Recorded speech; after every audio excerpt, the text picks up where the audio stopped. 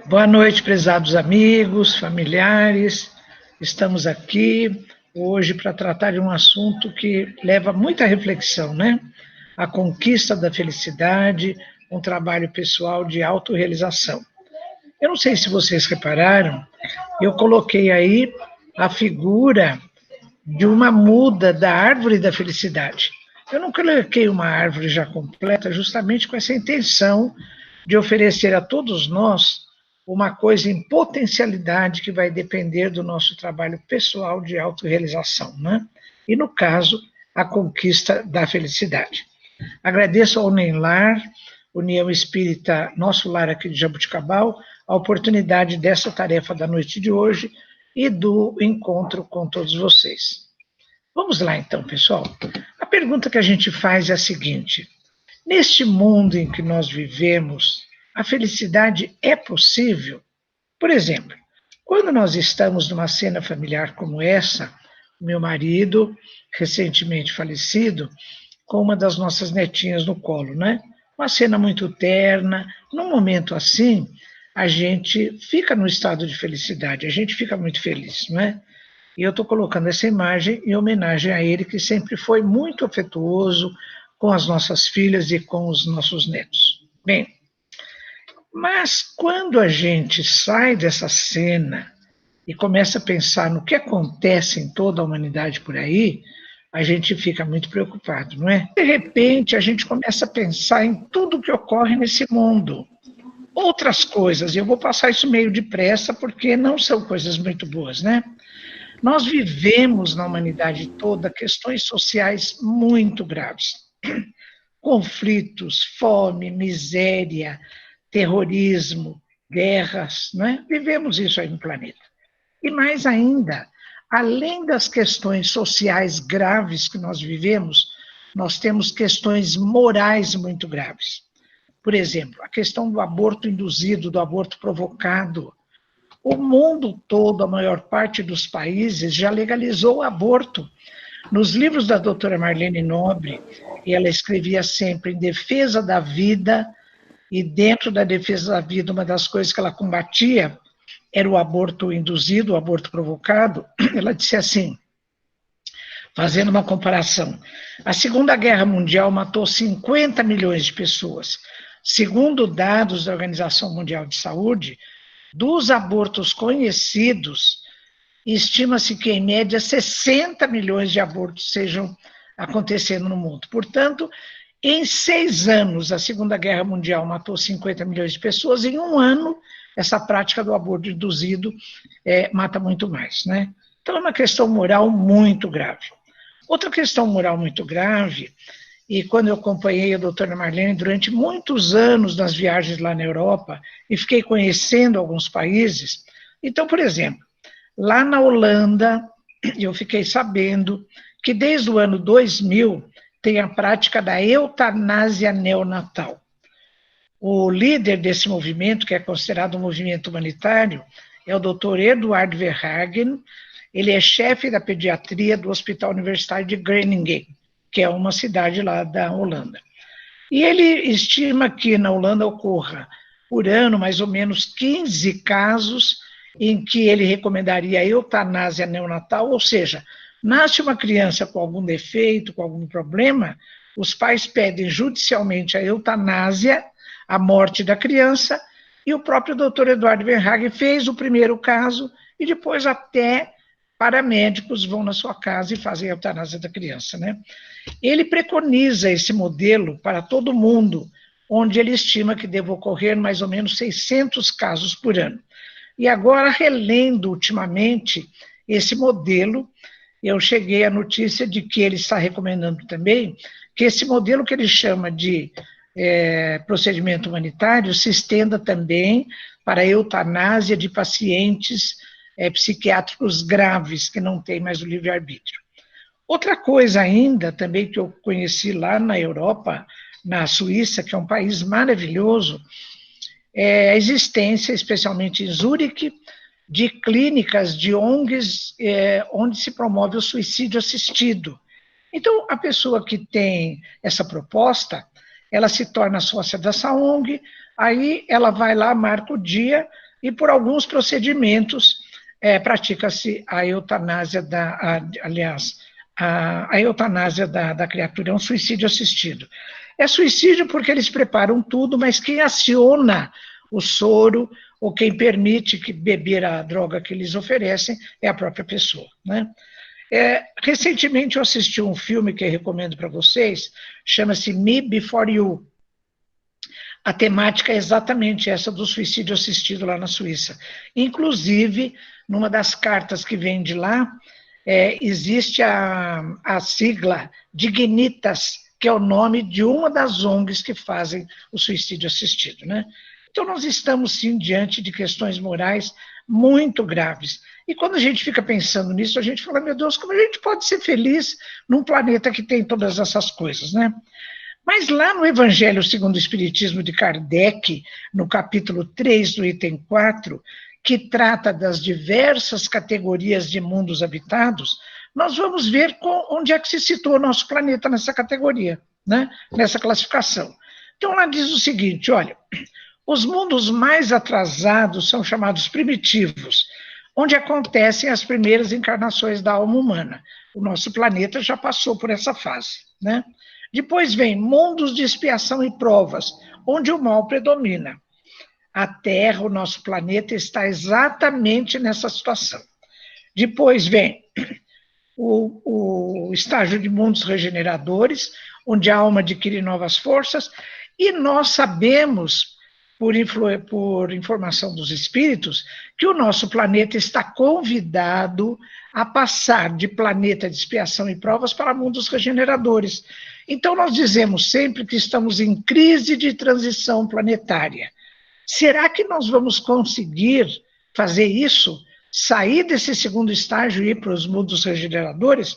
Vamos ver, depende de nós. Depois vem os mundos felizes, onde o bem supera o mal. Depois os mundos celestes ou divinos, morada dos espíritos puros, onde o bem reina. Então, pessoal, veja bem, olha, nós vivemos num planeta que mal saiu do estágio de mundos primitivos.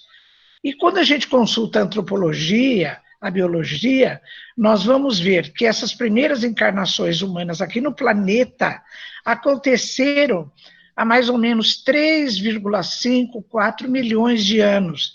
É muito pouco tempo para a gente promover o nosso progresso intelectual e o nosso progresso moral, que vai nos despertar para a autorrealização, para a conquista da felicidade, né? Mas a gente já tem uma porção de dicas em como fazer isso. Então, é o que eu vou apresentar para vocês na noite de hoje. Bem, vamos ao Livro dos Espíritos, questão 920. Aquela pergunta que eu fiz lá no começo, Kardec fez para os espíritos. Ele disse, o homem pode gozar na Terra uma felicidade completa? Olha o que os espíritos responderam, não, pois a vida lhe foi dada como prova ou expiação. Não é um castigo, pessoal, não é isso. É que a nossa condição evolutiva de espírito, que mal emergiu dos mundos primitivos, tem sim ainda que passar por expiações, ou seja, a expiação, ela corresponde a novas oportunidades de escolhermos melhor o nosso comportamento.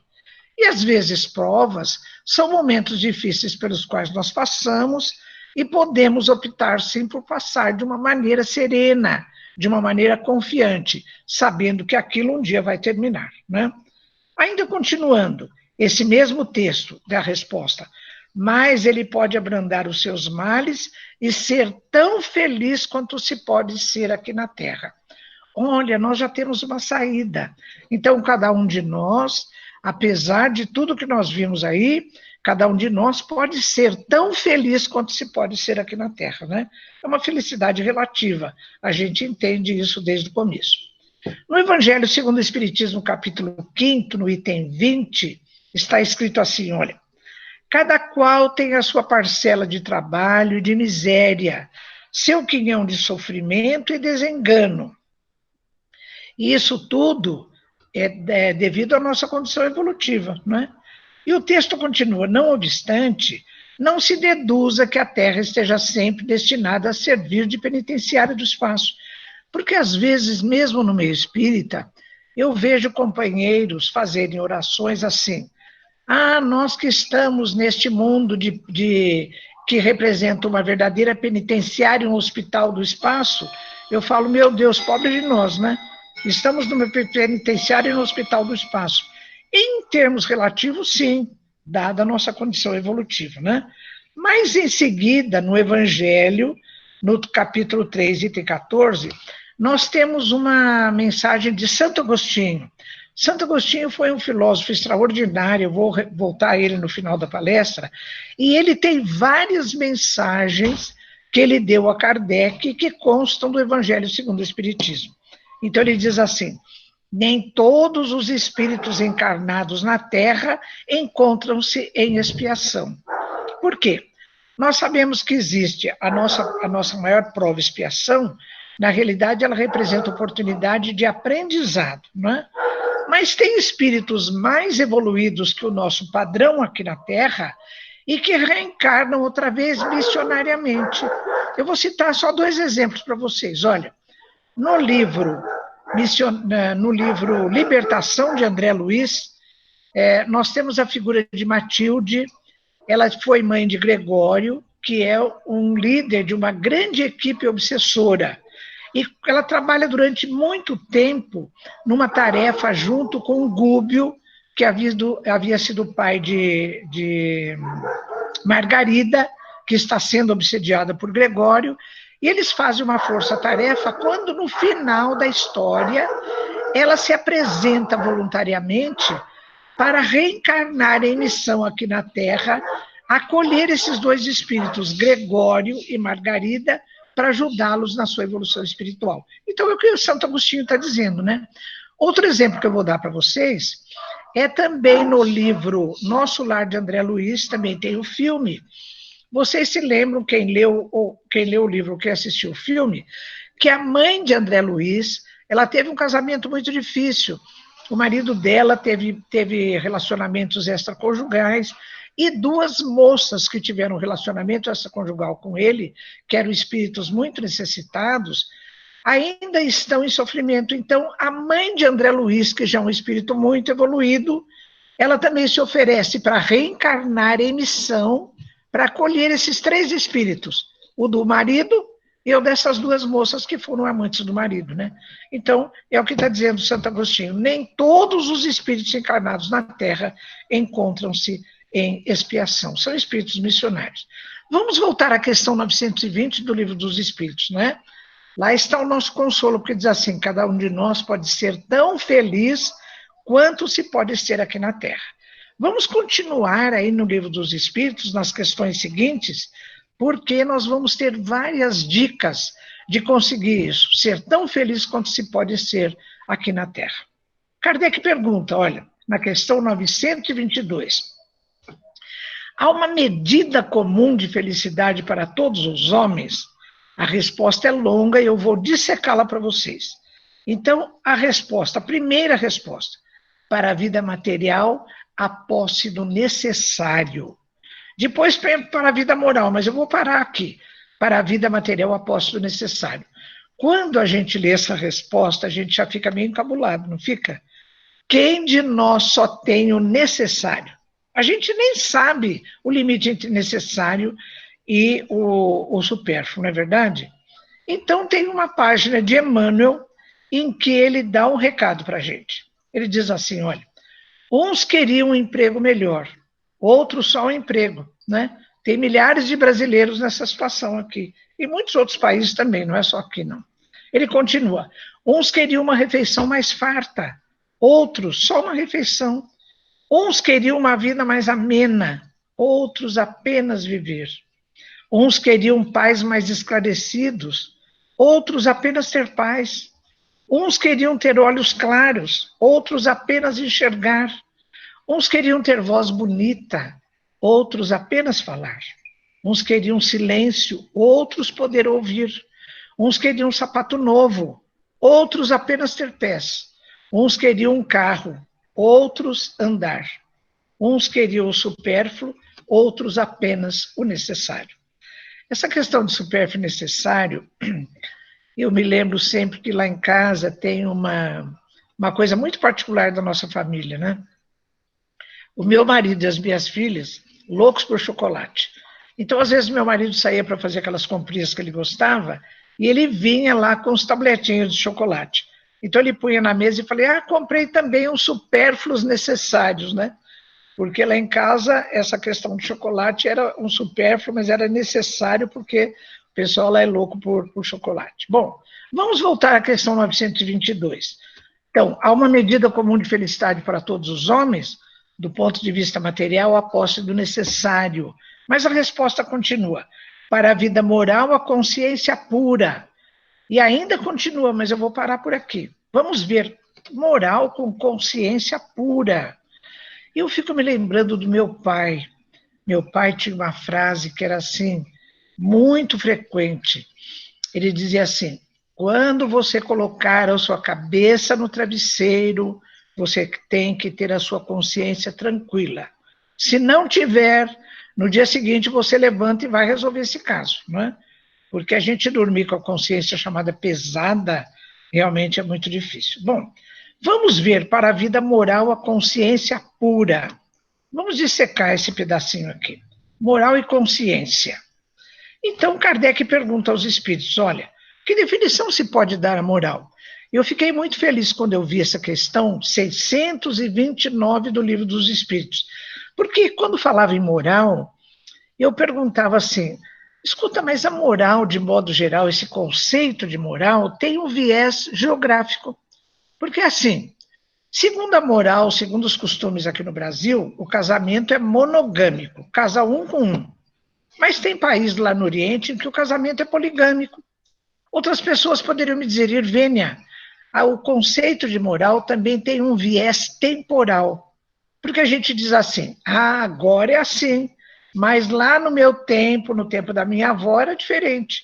Acontece que a moral, do ponto de vista evangélico, doutrinário, não tem viés nem geográfico nem temporal. Olha a resposta que os espíritos dão a essa pergunta de Kardec. A moral é a regra da boa conduta e, portanto, da distinção entre o bem e o mal. O homem se conduz bem quando faz tudo tendo em vista o bem e para o bem de todos, porque então observa a lei de Deus. Eu já falei dessa questão em palestras anteriores aí que eu fiz por aqui, porque é uma coisa tão evidente, né? Olha, o homem se conduz bem quando faz tudo tendo em vista o bem e para o bem de todos, porque então observa a lei de Deus. Aí a gente pergunta, né? Essa lei de Deus está escrita onde? Será que é naqueles papiros antigos, naqueles escritos muito antigos? A resposta é taxativa na consciência.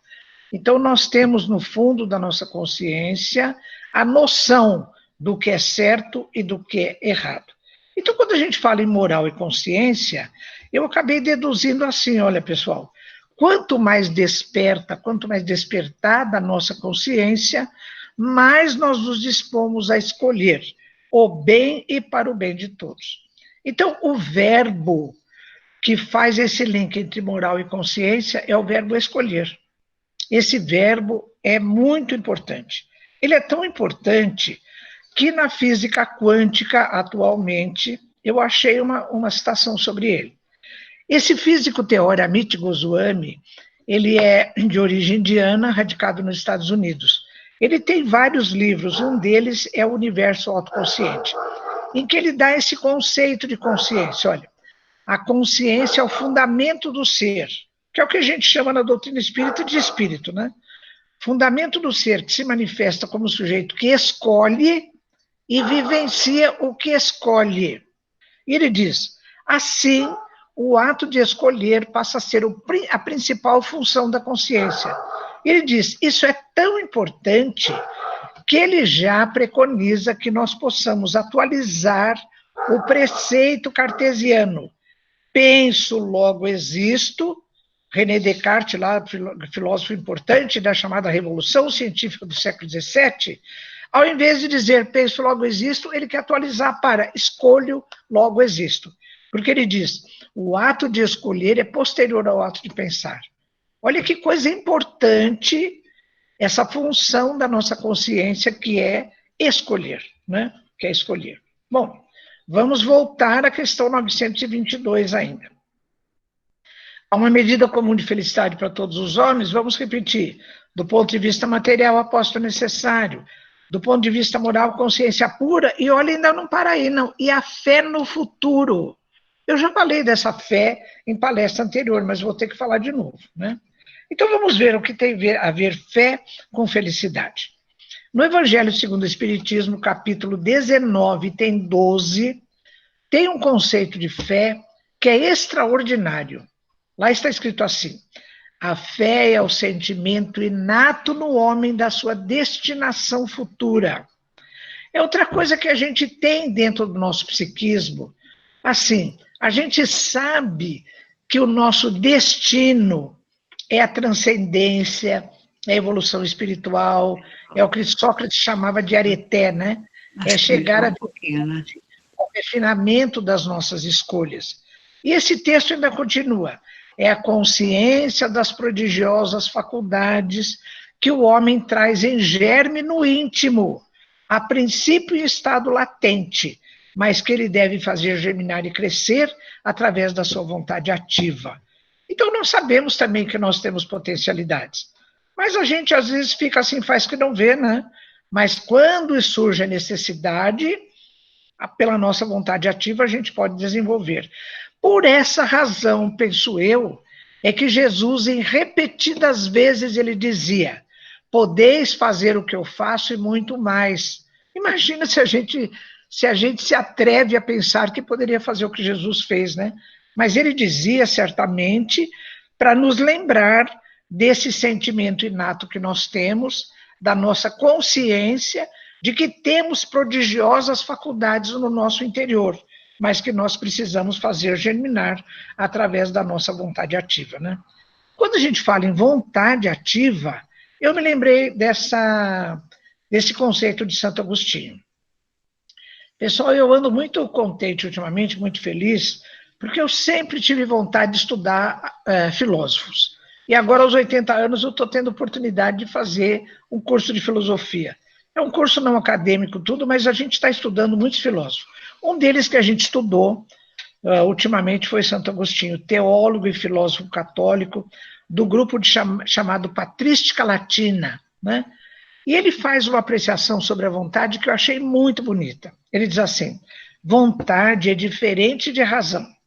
A razão conhece, razão que os filósofos gregos chamavam de logos, né? Mas a vontade escolhe. Vocês se lembram do verbo escolher, né? Que a Amit Goswami falou dele, lá no Evangelho também fala do escolher. Então ele diz assim: a razão conhece, mas a vontade escolhe. Às vezes coisas até fora da razão, não é? Para fazer o bem, que é o que todos nós pretendemos para buscar a nossa felicidade, só a razão não basta. É preciso a força da vontade ativa. Olha, Santo Agostinho está falando em vontade, o Evangelho fala de vontade, a Amit Goswami está falando disso também. Então, é o que Kardec falava, chamava de universalidade do conhecimento. Porque quando um conceito, ele emana de várias fontes, e esse conceito é concordante, emanando de várias fontes, a gente pode suspeitar de que ele seja verdadeiro, né? Então, esse conceito que Santo Agostinho traz, eu gostei muito, achei muito bonito. A vontade escolhe.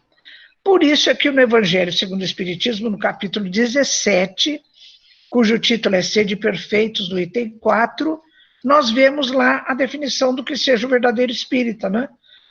O verdadeiro espírita reconhece-se o verdadeiro espírita pela sua transformação moral e pelos esforços que faz para dominar suas más inclinações. Ora, o que é um esforço? Se não colocar em ação a nossa vontade ativa, né? Então, eu chego à conclusão de que esforço tem a ver com vontade. É através da vontade ativa que nós conseguimos realizar um esforço para tudo, né? Inclusive para a nossa transformação moral.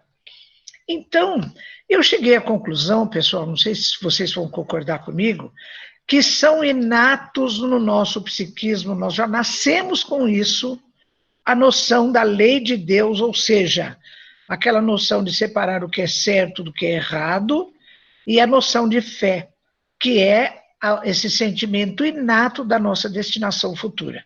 Alguém falou que isso é a marca do autor em sua obra. Então, é a assinatura de Deus em nossa consciência, né? Porque quando a gente vê uma tela muito bonita, a gente olha no cantinho para ver quem é o autor, né? A assinatura do autor. A assinatura do nosso autor, que é Deus, está em nossa consciência, é essa. A noção da lei de Deus, de separar o que é certo do que é errado, e essa noção íntima da nossa destinação futura, não é? Então, consciência tem a ver com moral, né?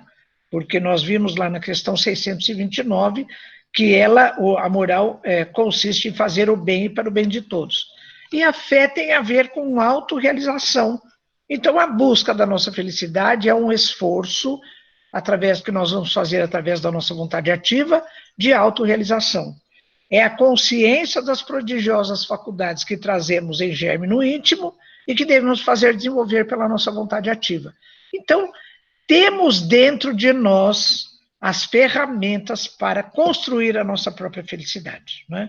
É bem por aí. Então, a gente está chegando a um consenso. Do que nós precisamos, então, para conquistar a nossa felicidade? Olha o que está escrito aí no Evangelho segundo o Espiritismo, capítulo 20, capítulo 5, item 20. Nem a fortuna, nem o poder, nem mesmo a juventude em flor são condições essenciais de felicidade. Isso é verdade, né? A gente vê, às vezes, jovens que têm tudo na vida, estão deprimidos, estão aí com ideias suicidas, pessoas... Então, a gente concorda plenamente com isso, né? Então, será que é do que nós precisamos para se encontrar felicidade? Eu acho que não, né? Não é do que nós precisamos ter, mas o que nós precisamos fazer, né? Então, vamos lá. No livro O Céu e o Inferno de Kardec, capítulo 3, item 6, está escrito assim: a felicidade está na razão direta do progresso realizado, intelectual e moral, independentemente de lugar. Então, olha, a nossa felicidade vai depender das conquistas que nós vamos fazer no plano intelectual e moral. Vamos atrás disso. Ainda nesse mesmo livro, no capítulo 3, mas no item 8, continua o texto. A encarnação é necessária ao duplo progresso moral e intelectual do espírito. Ao progresso intelectual pela atividade obrigatória do trabalho. Essa bênção na nossa vida que é o trabalho, né? Então, o nosso progresso intelectual a gente já sabe que vai conquistar pela nossa vontade ativa com esforço através da realização do trabalho. E o progresso moral pela necessidade recíproca dos homens entre si. Olha que bonito que nós vemos aí para frente. Então, nós vamos à lei do progresso. O Livro dos Espíritos, conforme vocês sabem, ele tem 4 partes, né, também chamadas livros. O terceiro livro, ele corresponde às chamadas leis morais. Quando nós chegamos lá, nós vemos várias das leis aí que a gente vai abordar, estão nesse setor. No Livro dos Espíritos, então, questão 785, falando do progresso intelectual. O progresso intelectual avança sempre. A gente vê isso, né? As nossas conquistas tecnológicas são surpreendentes. Mas o maior obstáculo ao progresso moral são o orgulho e o egoísmo. Porque naquele livro, eu não sei se vocês conhecem, chama-se O Cérebro Triuno ao Serviço do Espírito, que eu escrevi na companhia de 2 grandes amigos, o Dr. Décio Yandley Júnior e o Dr. Sérgio Lopes. A gente analisa os 3 andares da casa mental, conforme refere Calderaro no Mundo Maior, capítulos 3 e 4, correspondente cada andar da casa mental a uma parte do cérebro. E a gente vê que toda essa construção intelectual e moral, ela é feita no presente, no andar do meio, mas ela vai se sofisticando no terceiro andar da casa mental, e quem trabalha com isso é o lobo frontal dos 2 hemisférios cerebrais.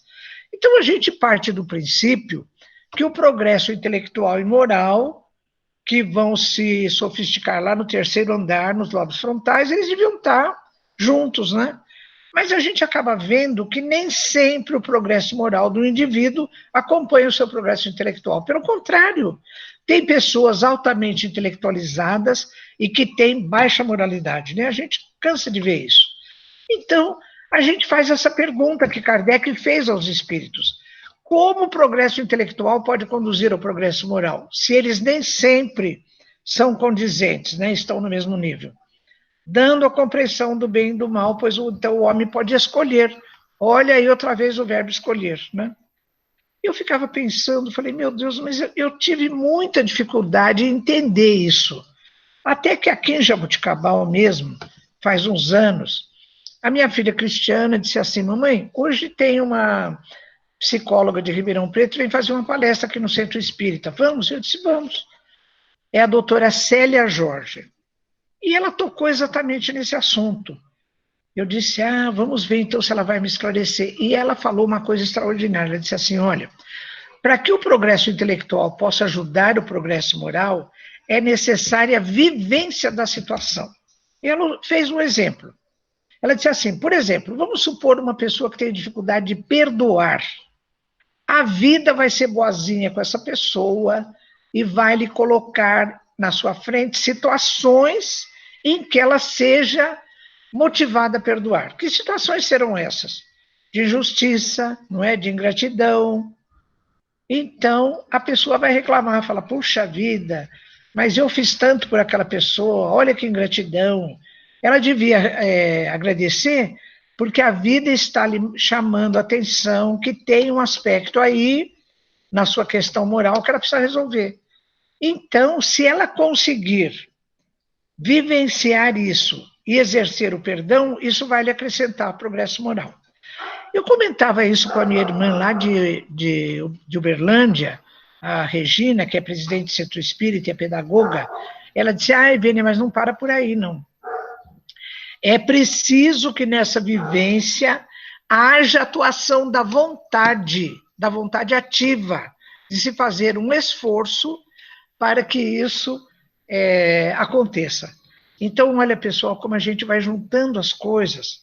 Então, olha, o progresso intelectual vai ajudar o progresso moral se nós vivenciarmos a situação e, no momento, a gente identificar a necessidade disso e fizer um esforço com vontade ativa para perdoar. Eu estava o ano passado em Maceió, assisti uma palestra do Dr. Alberto Almeida, meu dileto amigo, e ele tocou exatamente nisso outra vez. Ele estava falando sobre mediunidade, e ele falou como o exercício da mediunidade pode nos levar ao progresso moral. E ele citou exatamente esse exemplo do perdão. Ele falou, imagina um médium que tem dificuldade de perdoar. De repente ele está recebendo o espírito com essa problemática, e o doutrinador vai doutrinar o espírito dizendo que é bom perdoar, que ele vai se libertar da mágoa. Ele vai ouvir tudo aquilo, ele vai ficar envergonhado e dizer, puxa, eu que sou trabalhador da seara espírita, estou com essa dificuldade, não é? Então chegou a hora de eu poder fazer isso. Então, ele aceitando a vivência e realizando um esforço com boa vontade, ele vai conseguir fazer um progresso moral. Isso é muito bonito, né? Bom, vamos focalizar rapidamente a lei do trabalho, que possibilita o progresso intelectual, né? Eu quero só lembrar os itens que tratam disso lá no Livro dos Espíritos. Olha, todos eles, né?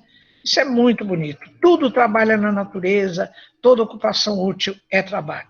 E a lei de sociedade que possibilita o progresso moral.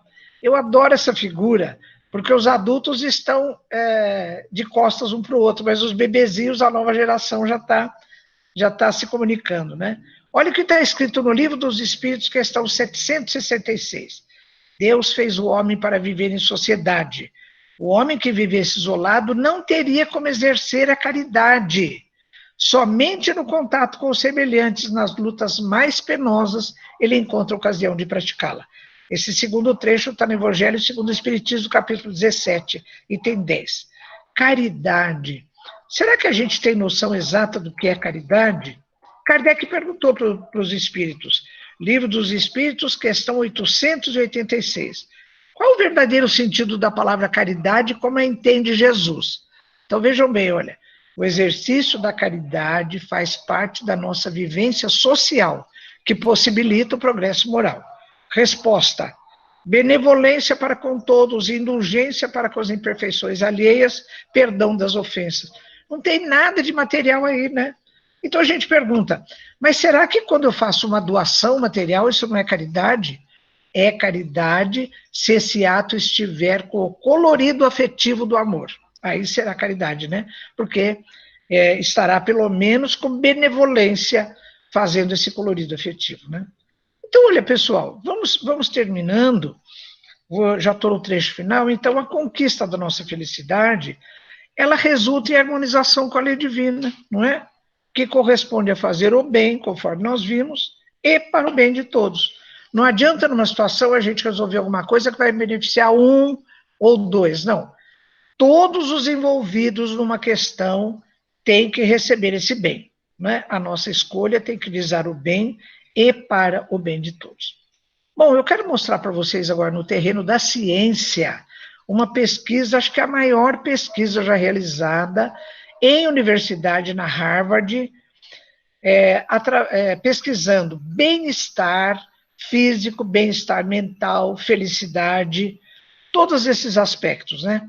Essa pesquisa começou em 1938 com 700 homens e ela está ainda em progresso até hoje.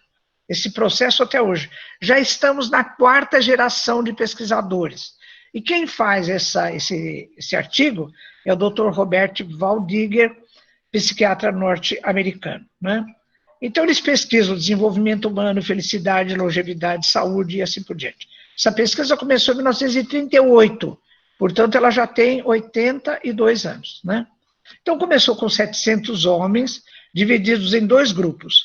Metade eram alunos da Harvard, muitos foram para a guerra, e metade era de rapazes muito pobres da periferia de Boston. Eles acompanharam essas pessoas até hoje, inclusive os seus filhos, as suas famílias. É uma pesquisa imensa, uma verdadeira legião de pesquisadores é que faz essa pesquisa. Bom, alguns se tornaram pedreiros, outros operários fabris, advogados, médicos, um deles se tornou presidente, eu ainda não identifiquei qual foi. Alguns se tornaram alcoólicos, outros esquizofrênicos, uns tiveram ascensão social e outros não.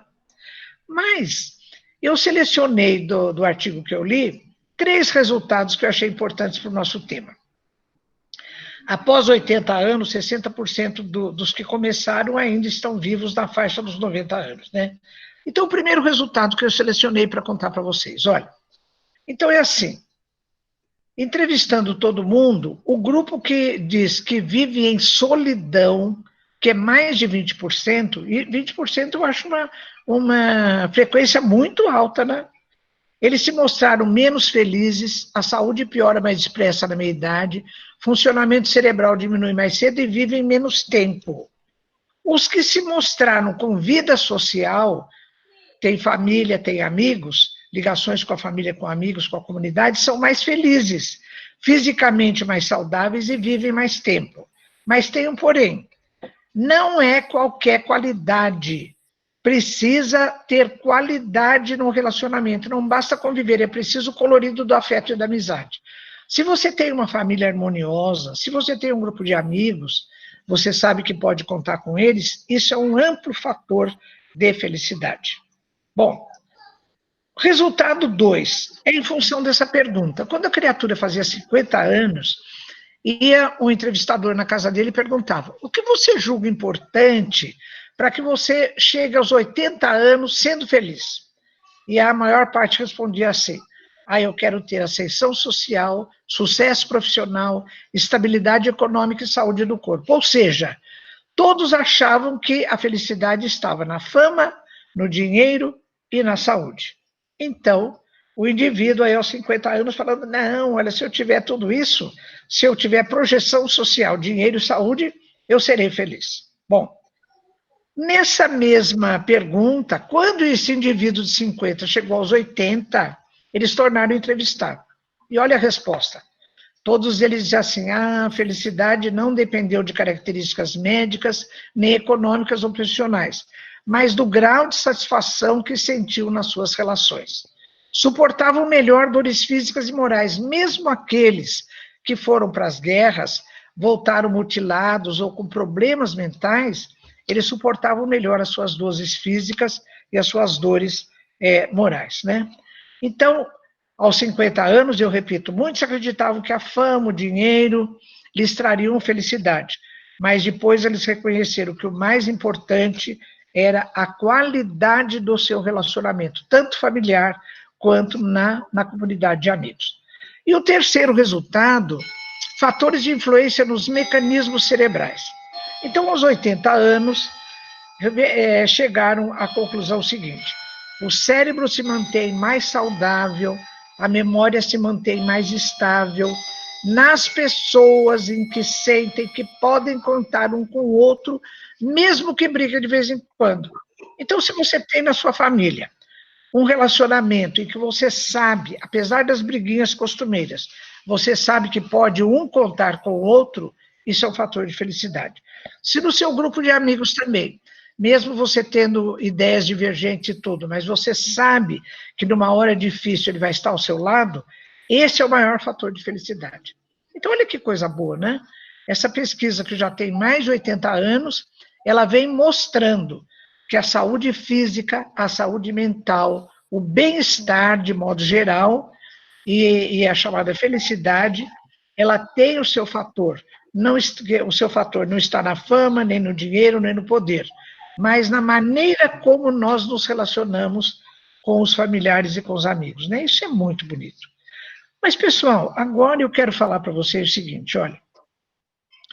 Então, a gente está vendo nessa nossa exposição que a gente poder se relacionar com aquela máxima de Jesus, né? Fazer ao próximo o que gostaríamos que o próximo fizesse para nós, tanto dentro da família quanto na comunidade de modo geral. Então, a gente está percebendo que pessoas que são extraordinárias, que a gente sempre toma como referência, Chico Xavier, Madre Teresa de Calcutá, Irmã Dulce, não é? Tantas pessoas aí que tiveram atitudes nobres e que se mostravam assim em estado de felicidade. Mas eu estou aprendendo na minha vida a prestar atenção nas pessoas comuns da minha vida, do meu relacionamento, né? Há pouco tempo faleceu um vizinho nosso lá, e eu tive a oportunidade de fazer a prece no sepultamento dele, que é uma família espírita também, e eu tive lembrando, eu disse, meu Deus, eu convivi com essa criatura mais de 40 anos, e ele se tornou uma referência para mim, porque ele saía lá para passear com a sua cachorra, sempre alegre, nunca eu ouvi ele falar mal de um vizinho, nunca eu ouvi fazer ele comentário grosseiro, nada, sempre uma pessoa agradável. Durante 8 anos, ele lutou com linfoma, fez vários ciclos de quimioterapia, e eu sei o que é uma quimioterapia, porque eu tive um câncer de mama e fiz, né? Às vezes ele vinha do hospital com aquela carinha assim abatida, eu dizia, Júnior, como você está? Estou ótimo, está tudo bem, está tudo bem. Então, sempre são referências. Eu quero mostrar algumas coisas para vocês. Olha, então, pessoas comuns que tiveram atitudes nobres e com isso conquistaram o seu bem-estar, a sua felicidade. Alguém aqui já assistiu o filme Nossas Noites, com a Jane Fonda e o Robert Redford? Eu recomendo, porque esse filme, ele traz esse recado.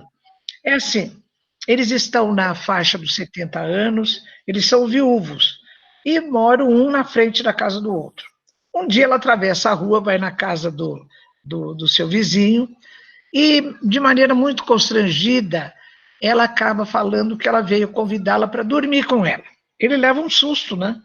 Ela diz, olha, a nossa sexualidade já teve o seu momento, agora eu queria alguém que estivesse comigo no momento de deitar para a gente conversar, porque as noites são muito solitárias.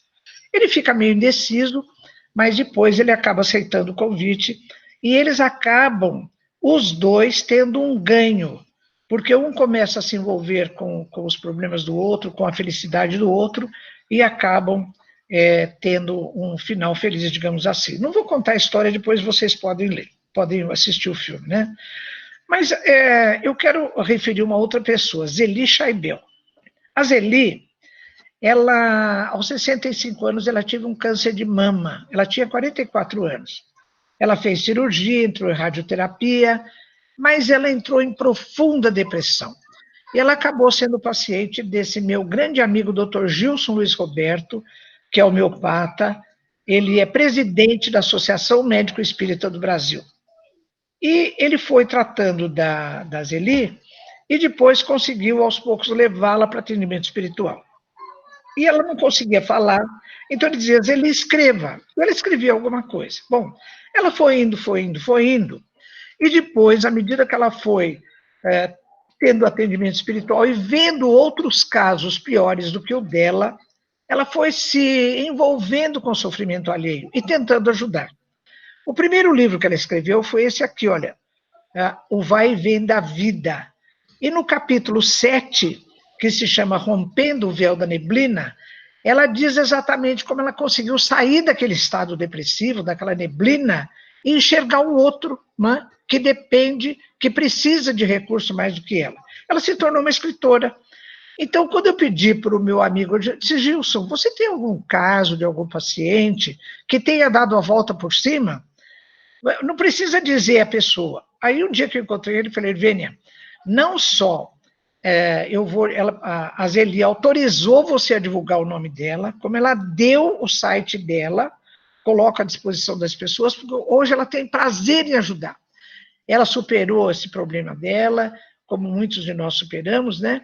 E ela hoje é uma pessoa feliz, porque ela conseguiu dar a volta por cima, e ela conseguiu, através dessa vivência, reconhecer nos outros o sofrimento e ajudar, né? Então, o trabalho meritório sempre faz isso. Eu quero citar também o caso de um amigo meu lá de Águas da Prata, Avildo Fioravante. Eu tenho muito carinho por esse amigo e pela esposa dele, a Edna, né? E eu brinco com ele, eu disse, Avildo, você aproveita essa Edna enquanto ela está por aqui, viu? Porque depois, quando ela desencarnar, vai ser como o caso do Emmanuel e da Lívia, né?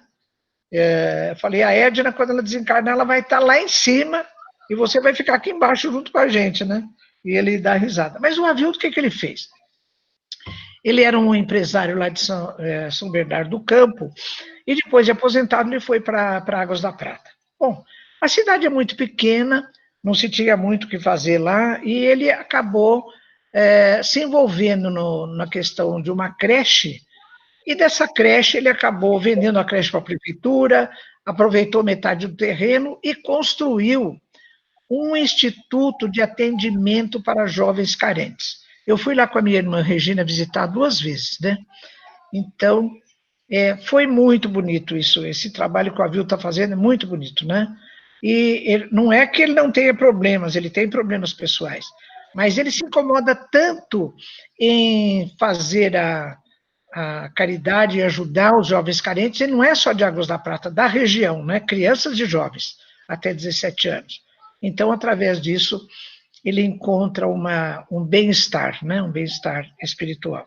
Parabéns, viu, meu amigo Avildo Fioravante? Então, eu vou encerrar e eu vou fazer essa pergunta para vocês. Olha, você seria capaz de amar assim? É um artigo que está nas seleções do Readers, sem data, eu não tenho a data. Então, eu vou ler para vocês esse artigo que está nas seleções do Readers, lá dos Estados Unidos, e que não tem data. E eu até entrei em contato com o pessoal aqui de São Paulo, mas eles não se interessaram. Eu gostaria muito de retomar esse caso, né? Quem sabe a minha irmã lá nos Estados Unidos, a Tereza e o Vicente, conseguem isso. Então a história é assim, olha, a pergunta que eu faço, porque esse caso dependeu da escolha da protagonista.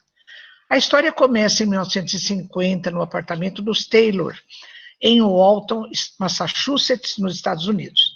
Edith Taylor tinha certeza de que era a mulher mais feliz da vizinhança. Edith e Cal estavam casados há 23 anos e continuavam apaixonados. Ele viajava sempre, mas lhe escrevia cartas e lhe trazia presentes à volta.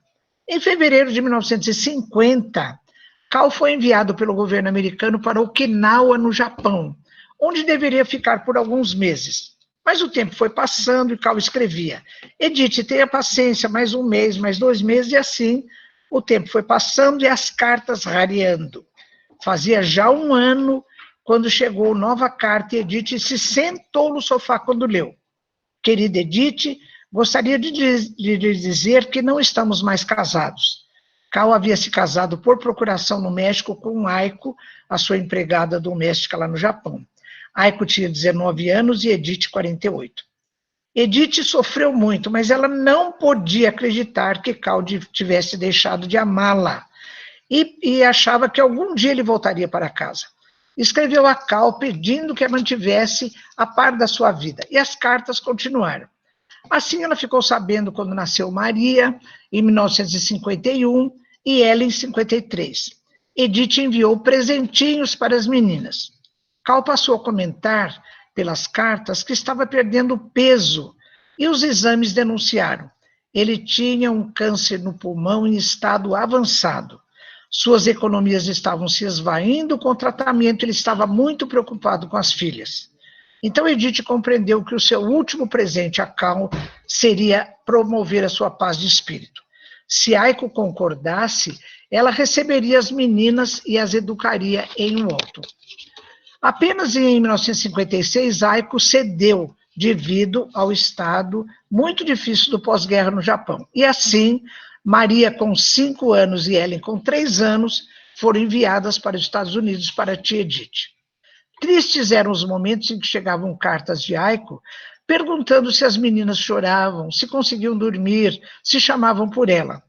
Edith compreendeu então que devia trazer também a mãe das meninas para os Estados Unidos. Mas a cota de imigração estava sujeita a uma lista de espera de muitos anos. Edith então recorreu a um jornalista, que é quem escreve o artigo, seu amigo, que conseguiu apoio popular para o seu pedido. Afinal, o presidente assinou uma autorização. Em 1957, Aiko foi para os Estados Unidos. Quando o avião chegou no Aeroporto Internacional de Nova York, Edith teve um momento de pânico. E se ela não conseguisse aceitar aquela mulher que havia lhe roubado o marido? Mas, esperando, ela viu que a última pessoa que saiu do avião era uma menina tão magra, tão pequena e tão assustada que Edith se condoeu. Quando ela foi se aproximando, chamou-a pelo nome. Edith correu e as duas se abraçaram efusivamente.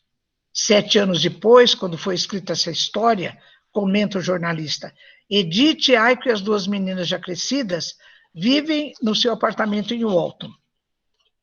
Tia Edith é a orgulhosa outra mãe de Maria, distinta aluna de uma escola primária, e de Ellen, que cursa a escola de balé de Boston. Aiko agora fala melhor o seu inglês, arrumou um emprego e pretende logo visitar sua família no Japão. Edith conclui no artigo, embora Deus tenha me levado uma vida que eu amava tanto, deu-me outras 3 que eu aprendi a amar também. Sinto-me tão reconhecida. Ora, pessoal, cada um de nós teria muita dificuldade em escolher o que ela escolheu. Porque vamos fazer rapidamente a análise. Se ela tivesse escolhido, o problema é dele, ele desencarnaria em completo desespero, Aiko ficaria numa situação muito difícil, as meninas também. Ela escolheu ter a caridade, né? Benevolência, indulgência, perdão, e no final todos foram felizes. Ele deve estar um espírito muito agradecido a Edith, ela foi feliz acolhendo as meninas e depois Aiko, e todos ficaram felizes, né? Então é um caso muito bonito. E a gente serve de exemplo para a gente se perguntar a cada momento, será que nós seríamos capazes de amar assim? Essa é a nossa proposta de felicidade, saber escolher o que mesmo? O bem e para o bem de todos. Foi o que a Edith fez, não é? A Edith é uma pessoa comum, como qualquer uma de nós. Então, nós também poderemos fazer o que a Edith fez, se tivermos essa capacidade, né? Que Jesus nos abençoe e que abençoe os nossos esforços, para que com vontade ativa nós possamos buscar a nossa felicidade como um trabalho de autorrealização. É isso, pessoal. Muito obrigado pela participação de vocês, viu? Muito boa noite.